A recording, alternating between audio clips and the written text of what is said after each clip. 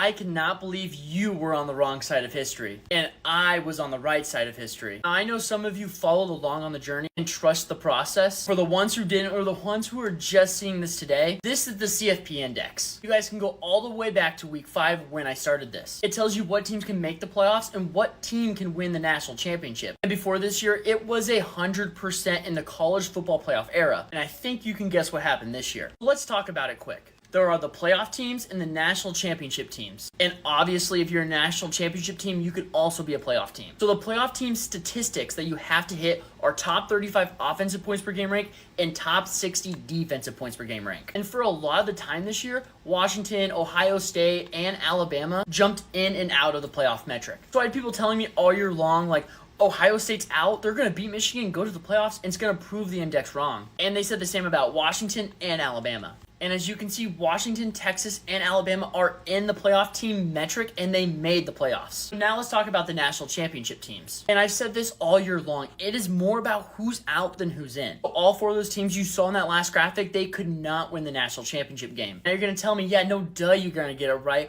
One of those 4 teams are probably going to win. Why the heck are Penn State and SMU up there? They fit the metric. And it's more about who is out than who is in. Yes, SMU's not going to make the college football playoffs, but have common sense in that. When we look at all of them side by side going into the playoffs, I got a lot of hate. I told people this statistic is 49 for 49 so far, and I sold my soul and betted money on Michigan to win it all because I told people it is historical stats that you're going up against. And as we know, history repeats itself. So in that first playoff game, I said, I don't know who's going to win against Texas and Washington, but I know Michigan will beat Alabama. I got so many late comments in my video, but look what happened.